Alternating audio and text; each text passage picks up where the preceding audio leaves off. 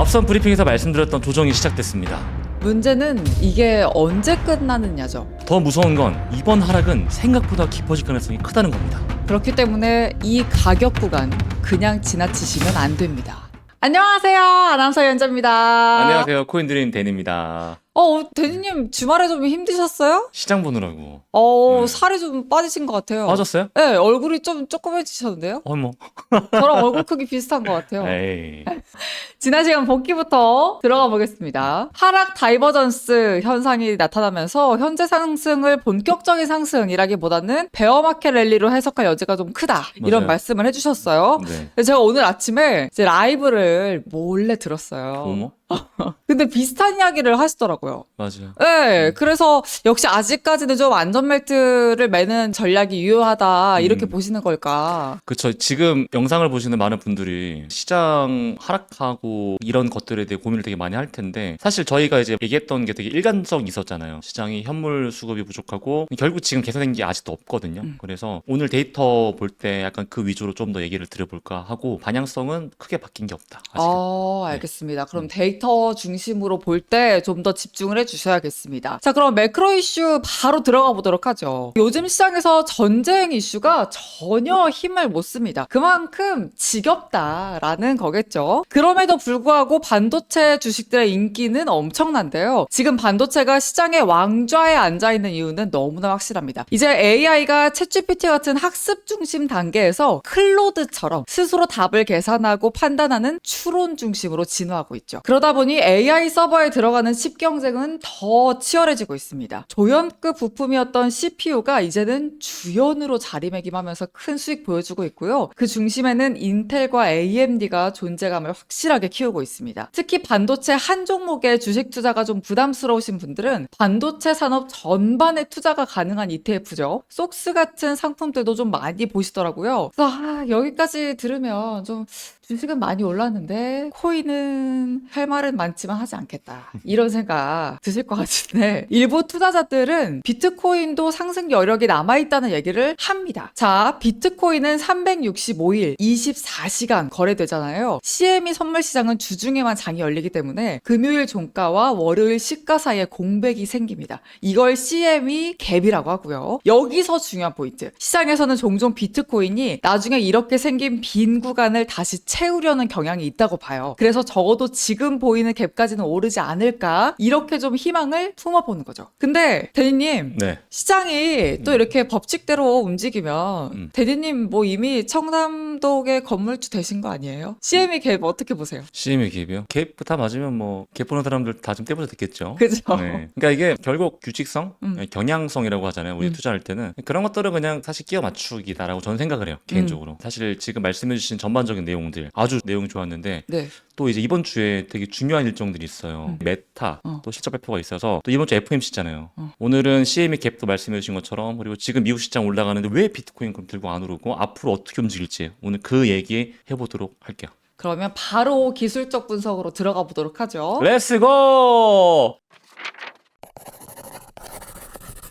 첫 번째로 보실 게 가장 중요한 상승 채널입니다. 우리가 작도하거나 기술적으로 분석할 때, 즉 차트 분석할 때 많이 보는 것 중에 하나가 이 추세가 지금 이어지고 있는지 아니면 이 추세가 이탈 나왔는지가 중요하거든요. 그래서 우리가 패러럴 채널이라는 걸 많이 작도를 해요. 자, 보면은 3월달 말부터 약 한 달 동안 계속 올랐어요. 29일부터 보시면 계속 올랐죠. 계속 오르다가 지금 보시면은 추세가 이탈이 나왔습니다. 이탈 나왔어요. 잘 지켜주다가 지금 한 하나, 둘, 셋, 넷, 다섯 번째 이탈이 나왔습니다. 작도를 하시는 분들이 조금씩 다르게 보기 때문에 어떤 관점에서 보면 이탈 안 나올 수도 있을 거라고 저는 생각하는데 제 기준으로 이탈이 나왔다라고 보고 있고요. 보통 이럴 때 그럼 우리가 어떤 전략을 가져가냐면 채널 이탈 이후 재진입할 때 이 채널 하단 부분은 강한 저항이 됩니다. 그렇기 때문에 이런 구간에 보통은 숏 포지션을 진입해요. 이렇게 보고 이렇게 보는 근거들은 단순하게 채널 하나만 보는 게 아닙니다. 두 번째로 보실 거는 더블 탑 패턴입니다. 아까 이 채널 지금 이탈 나왔다고 말씀드렸었잖아요. 근데 이 전에 우리가 움직임을 보시면 더블 탑이 형성이 됐어요. 우리가 보통 얘기할 때 고점 패턴은 고점을 헌팅하는 이중 고점 형태가 많이 보인다고 말씀드렸었고요. 그리고 저점에서는 이걸 거꾸로 뒤집었던 W자인데 저점이 깨지는 W가 많이 나온다고 말씀드렸습니다. 근데 지금 보시면 여러분들 지금 안 보시겠지만 차트 한번 복귀해서 보시면은 고점이 조금 올라갔거든요. 화면상 잘 안 보이실 거예요. 자, 그렇기 때문에 이 관점에서는 단기적으로 채널도 이탈이 나왔고요. 즉 3월 말부터 한 달 동안 이어지던 추세가 이탈 나오는 건 되게 유의미한 겁니다. 우리가 추세가 바뀔 때 나오는 움직임들을 변곡점에서 나오는 패턴들을 얘기하는데요. 지금 보이는 것처럼 강한 장악형, 양봉을 잡아먹는 음봉이 지금 나와 있고 고점을 헌팅하는 더블 탑의 형태가 나왔고 그 이후에 채널까지 이탈이 나왔기 때문에 지금은 베어리시하게 볼 수밖에 없다라는 얘기를 드리고 세 번째 거 바로 볼게요. 세 번째 데이터는 하락 다이버전스가 또 컨펌이 됐습니다. 저희가 지난주에 하락 다이버전스 컨펌 됐습니다. 이거 추세가 전환될 만한 높은 어떤 모멘텀입니다 라고 말씀을 드렸었잖아요. 네. 모멘텀적인 기술적 지표다고. 지금도 보시면은 저희가 지난주에 방송할 때가 이제 요때 가는 구간이었어요. 그래서 저희는 이 앞전에서 이미 다이버전스가 나왔기 때문에 이거는 좀 제한적일 가능성이 높다. 그러니까 장대 양봉을 기다리거나 장대 음봉을 기다리고 우리가 트레이딩을 해야 될 것이다 라고 말씀을 드렸었잖아요. 근데 또 컨펌 됐습니다. 뭐라고 했는데 더블 탑이 나오면서 고점은 위로 올라가요. 방향성은. 하지만 RSI 즉 상대 강도 지수의 고점은 내려갔어요. 이걸 우리가 다이버전스라고 하거든요. 자, 그럼 지금 세 가지 패턴이 완성됐습니다. 첫 번째 채널 이탈 나왔죠. 두 번째 더블 탑 나왔죠. 쌍고점이죠. 그리고 이미 앞전에 나왔던 다이버전스 컨펌이 됐어요. 자, 그러면은 이 아이디어가 훼손되는 이 관점이 깨지는 구간은 어디냐면은 다시 말하면 장대 양봉으로 고점을 돌파해줘야 돼요. 장대 양봉으로 돌파해야 돼요.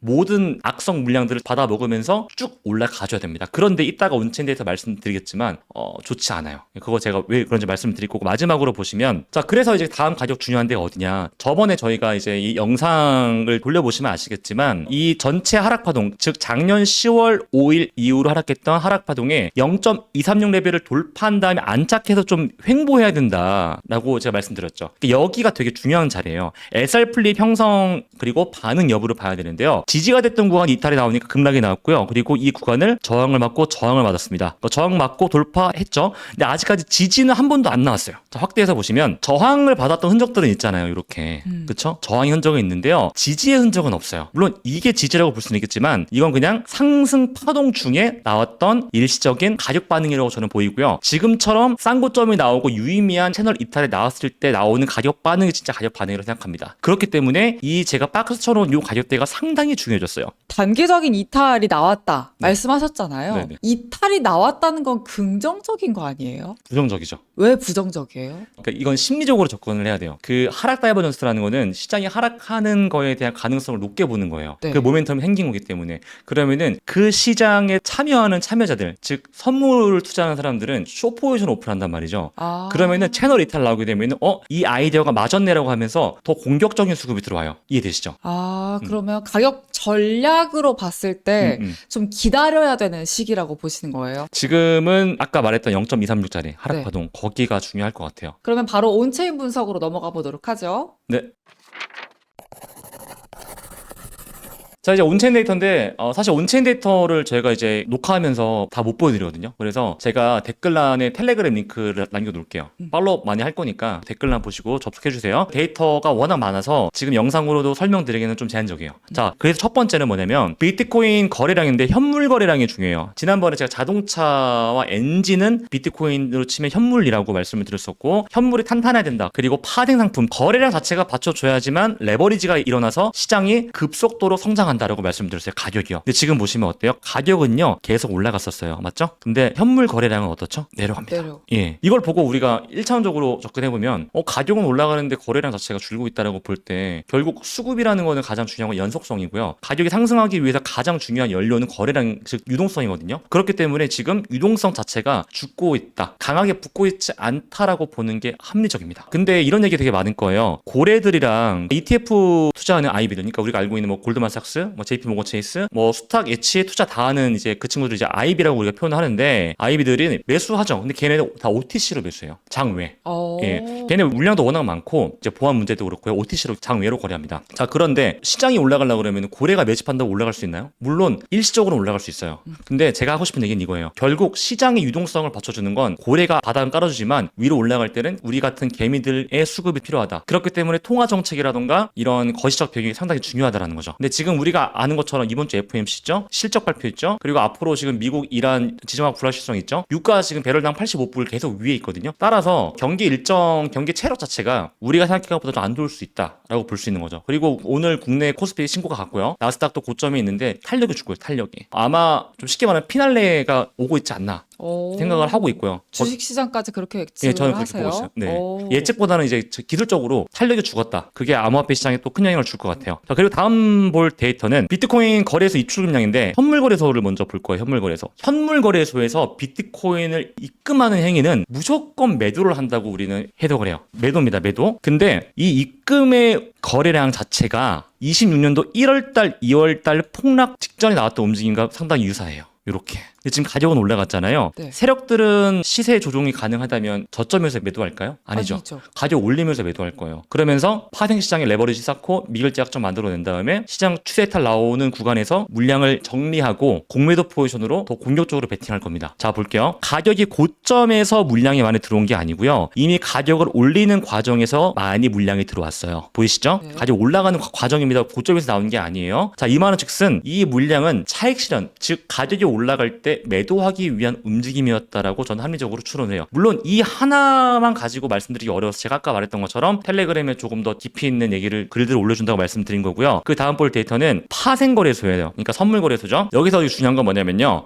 파생거래소에서 출금이 계속 일어났어요. 근데 우리가 선물을 할 때 비트코인 혹은 테더를 기준으로 담보를 잡고 투자를 해요. 그런데 우리가 평소에는 이 순일 출금량 중에 출금이 많으면은 거래소 매도 압력이 좀 빠지고 있네라고 좋아하는 건데 현물 거래소에서는 물량이 들어왔죠. 올라갔어요. 현물 거래소 맞죠? 근데 지금 선물 거래소에서는요 물량이 빠져나갔다라는 거죠. 그러니까 매도 압력은 계속 올라갔는데 이 담보로 활용할 수 있는 비트코인은 계속 거래소 밖으로 빠져나갔다는 겁니다. 구조적으로 지금 좋지 않은 건데요. 자, 그런데 어저께 새벽에 이 파생 거래소에 입금이 크게 늘었어요. 이거 어떻게 해석해야 될까 보면은 첫 번째는요 담보를 맞추기 위해서 거래소로 물량을 넣었다라고 볼 수 있고요. 두 번째는 매도하기 위한 움직임이다. 자, 담보는 그럼 왜 채울까요? 내가 롱 포지션 투자했는데 가격이 하락하게 되면 담보금이 줄면 청산되잖아요. 이걸 담보를 채우기 위해서 보통 비트코인 입금하는 경우도 있어요. 두 번째는 매도하기 위함. 그러니까 1번이나 2번의 경우의 수 이 둘 다 구조적으로 지금 좋지 않은 형태입니다. 그런데 입금량 자체가 엄청 많이 늘었다는 것 자체가 좀 긍정적으로 볼 수 없고 전반적인 움직임은 구조 자체가 좀 위험하다라고 볼 수 있는 거예요. 자, 마지막으로 레버리지 뷰를 볼 건데요. 시장 참여자들이 얼마나 큰 리스크를 감수하면서 시장에 배팅하고 있냐를 보는 데이터입니다. 자, 근데 레버리지 비율이 엄청나게 올라갔어요. 보이시죠? 근데 가격은 올라가는 와중에 그럼 전 이렇게 추론해 볼게요.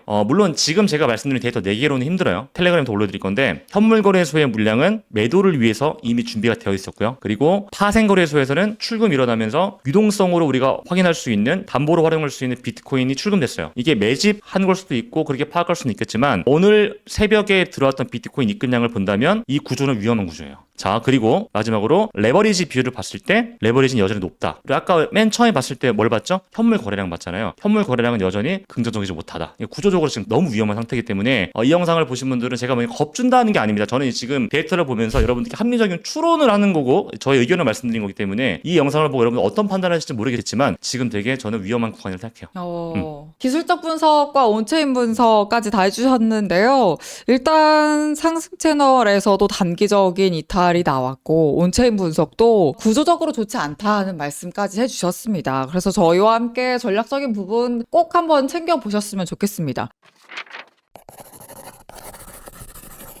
데니님, 제가 봤을 때는 늘 단기적인 이탈이다 말씀하시는데 단기가 아닌 것 같아요. 중기인가요? 중기, 성중기 말고 진짜 중기. 네, 중기로 가시죠. 네. 제가 오늘 브리핑 하면서 좀 많이 어필했죠. 네. 지금까지의 우리의 일관적인 데이터에 대한 부분들도 얘기 드렸었고 그 결과가 가격 이탈로 나왔기 때문에 그럼 결국 지금까지 제가 얘기했던 아이디어는 훼손되지 않고 계속 막고 있다라는 거거든요. 네. 그럼 여기서 이제 최근에 봤던 데이터 중에 가장 구조적으로 취약한 구간이다라고 저는 지금 얘기하고 싶어요. 도망쳐 이후로 지금 위험해가 나왔거든요.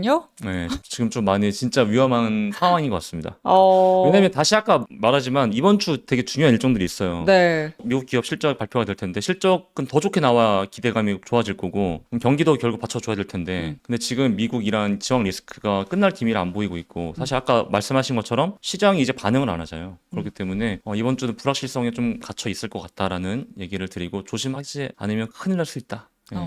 라는 말씀을 좀 드리고 싶습니다. 상승장이 오긴 올까요? 아, 오죠. 오나요? 네.